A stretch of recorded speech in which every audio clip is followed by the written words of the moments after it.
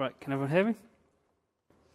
Right, that's great. So, my name's Sandeep, and today I want to talk to you about bundling your front end of Webpack. I was going to start with asking if everyone's heard of Webpack, but they have pretty much now. Right, so what is Webpack? Webpack essentially, at its core, is a module bundler. So what does that actually mean? Well, it takes in a bunch of assets and their dependencies and packages them into a bundle for the client.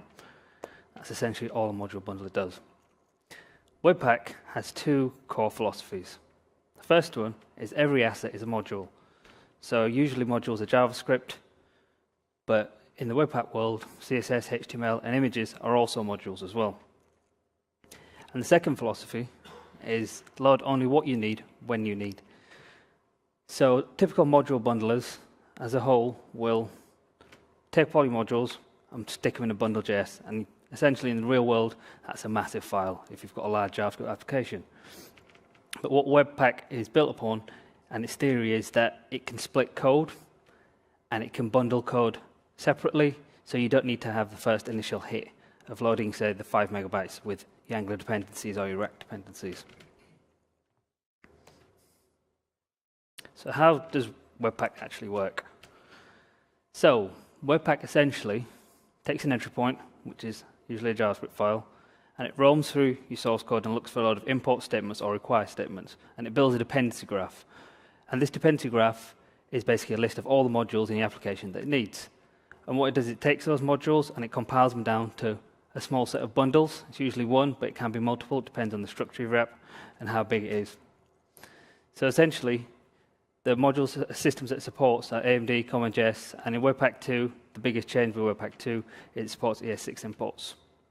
So this diagram illustrates that on the left is an example of all the dependency graph that you'd have in your source code, and to the right is the actual final bundle of what you're going to ship to the client in the browser. So there's multiple ways to run Webpack. You can do it via the command line interface that they have. You can do it based off a config file, or you can do it off a Node API. The most common way is to use a Webpack config file. So now we know what Webpack is and how it roughly works. Why do you want to use Webpack? Because there's plenty of other build tools and there's various other module bundlers, like Rollup is one of them. It's Webpack's competitor, and there's Browserify. But essentially, Webpack solves quite a few problems just out of the box. So one of them is dependencies loading out of order.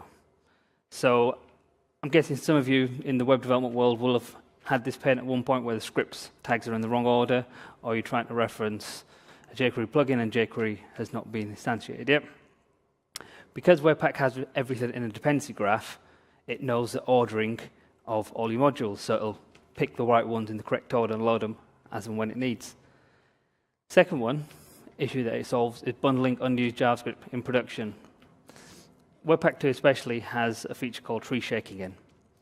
So it'll only bundle up the modules which you import. If you've got 4 or 5 JavaScript files in your solutions which are modules and you don't use them and they're not required or imported anyway, it will just leave them on disk. They'll just be in your solution. And another clever thing about Webpack is that if you're using vendor bundles, such as so vendor libraries such as like Lodash, and using only 1 or 2 functions out of that library, it will rip them out of the library and put them in the bundle by themselves. So you don't need to package a whole of it. So your vendor library should be a lot smaller. And the biggest selling point of Webpack is code splitting. So back to one of their initial philosophies, especially with the rise of single-page applications. Sometimes I've worked on single-page applications where the initial app.js is maybe 7 or 8 meg, and we've got like spinners that come up and it'll say, okay, it's great, we rely on people's network connections. But code splitting is one of the core things of Webpack because it allows you to split the code into smaller bundles, but also it's got a very neat feature around the fact that you can load modules on demand. So the bundles which you split up, you can require them. Say, for instance, if you ever use React in the router, you can require them to say, okay, I've found a new route, now go get me the bundle that I want to load for this, so you never have it at the first initial, and it's basically on demand as you need it, which is a really cool feature. The next one is saving extra HTTP requests. So there's a lot around asset processing. Because all of the modules inside the application, when using Webpack, are all modules, so like images and CSS. You're allowed to do a lot of clever things. So you can inline SVG images and put them in a bundle.js if you think if they're below a certain size limit, which will save a request. Now, this is up to the developer and the team of how you want to do these sorts of things, but it gives you the flexibility that you don't have to load everything separately. You can bundle stuff together. And the last one is about versioning. So Webpack allows you to do asset hashing out of the box. So everyone's used to seeing the query string at the end of a JavaScript library that says, OK, the client will pull this down, that's the latest version. But if you ever look in someone's browser, you'll see there's 5 versions of a vendor bundle. The clever thing about versioning in Webpack is it allows you to put hash on the front of it, but it'll only recompile that hash and change that if there's new code in there. So you're allowed to do incremental builds.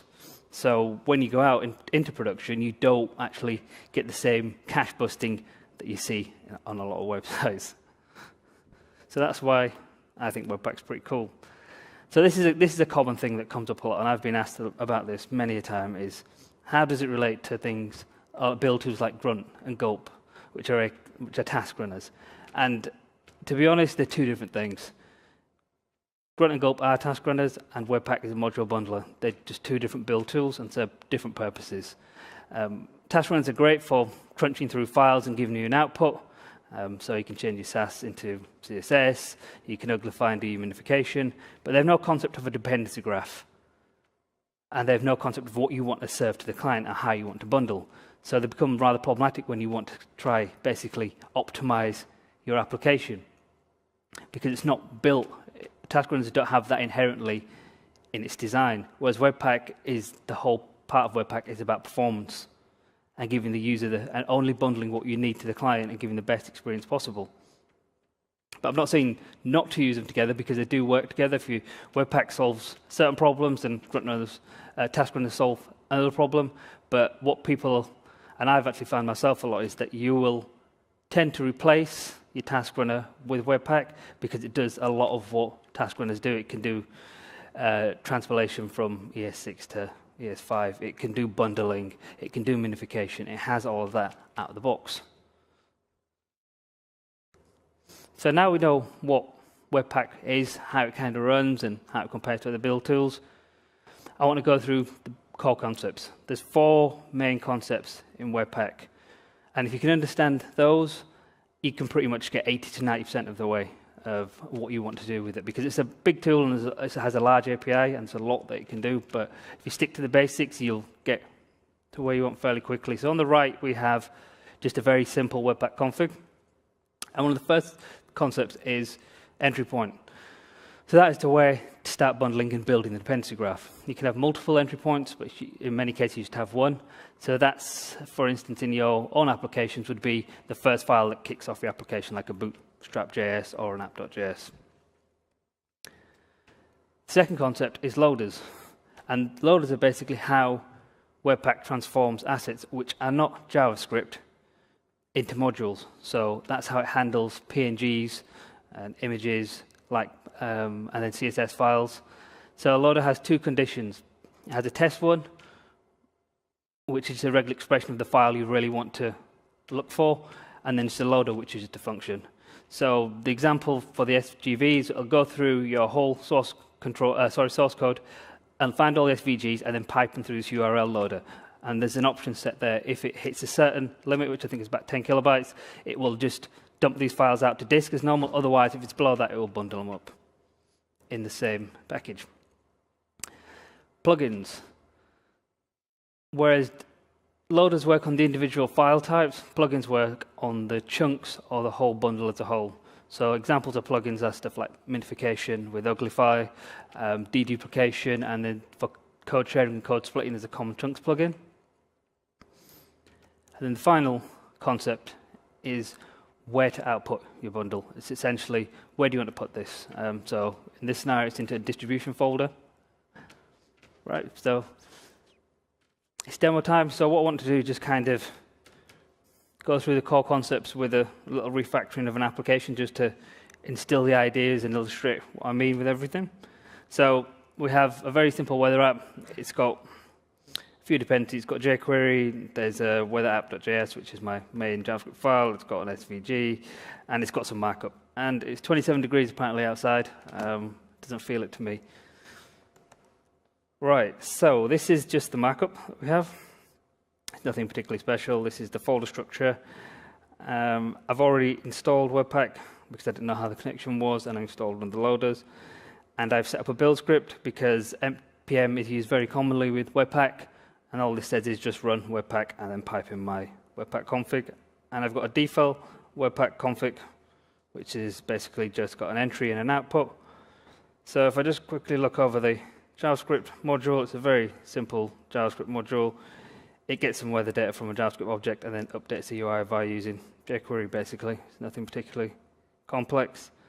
So if we was to start by putting an entry point in to our app, and then give it an output name, and then if we run, we can see, if we look in the distribution folder, there's a new bundle.js.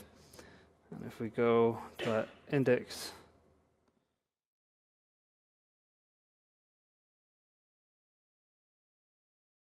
change this to bundle.js, and refresh, we can see everything still works. Right, all we've actually done here is set Webpack up. We haven't told it about any dependencies or the dependency graph. So if we go back to our application, we have an hard-coded path here, which is a dependency, which is an image, and we have jQuery. So if I were to import jQuery, because I've already got the node module installed, come across and remove that, and if we were to build again, should see file size is a lot bigger. What it's actually done now is it's looked through the code and said, okay, there's a dependency. I'm going to pull that dependency in to the bundle. So now, if we go back, we've lost jQuery from as a request, and it's now bundled in as part of the main package. Right. So if we go back to our application and we remove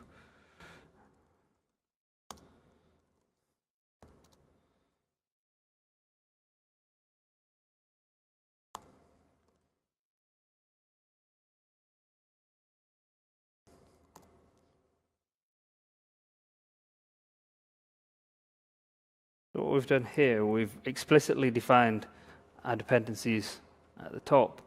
And now if I was to go back to the config, because it's an SVG, it needs a loader because it doesn't know how to handle this type of module.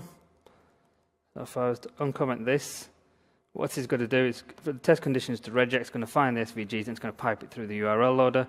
And I've set an option that if it's over 10 kilobytes, it will just dump it in the distribution folder. If not, it will inline it. So if we save this and now rerun, we can see if we look at the dependencies, there's now 3. If we go back,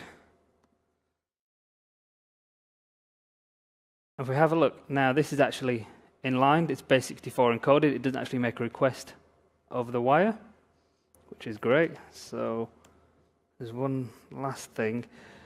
Webpack comes with a lot of built-in plugins, and if we look at our bundle size, it's 275 kilobytes, it's not exactly production ready. If we do a -p, we can set it into production mode, and it will uglify and minify our code. So if we go across, we've now got a small file size, and we have inlined an asset. And that's basically the core concepts that I want to demonstrate about Webpack. Right. So Webpack is rather complex, and there's a lot of blog posts, and there's a lot of stuff that's not so good out there. So I've kind of went through and looked at the results which I found useful. There's a couple of courses up there which are worth checking out, which is by Kent C. Dodds, who's a very popular person when it comes to Webpack. And that's it. Thank you.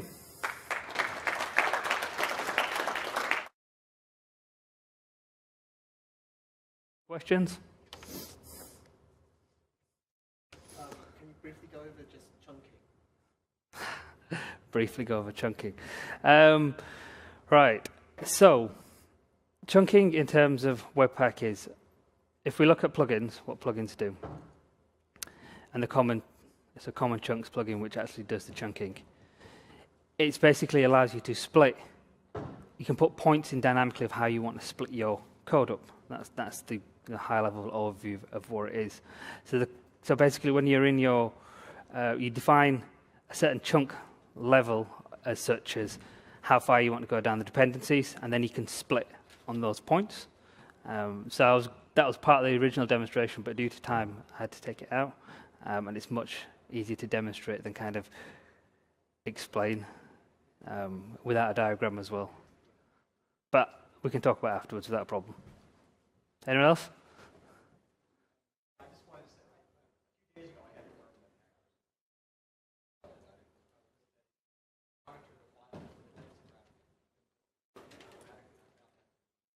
Yep, so you can put it's got a built-in dev server and it's got hot module replacement. So any React users, I would look at hot module replacement. I'm not going to go into it, but it's one of the most valuable tools. And if you want to just do a watch on the command line, you can just do -- watch and it will automatically reload. I did it without that for the fact that I could show you the changes instead of it magically appearing on the screen.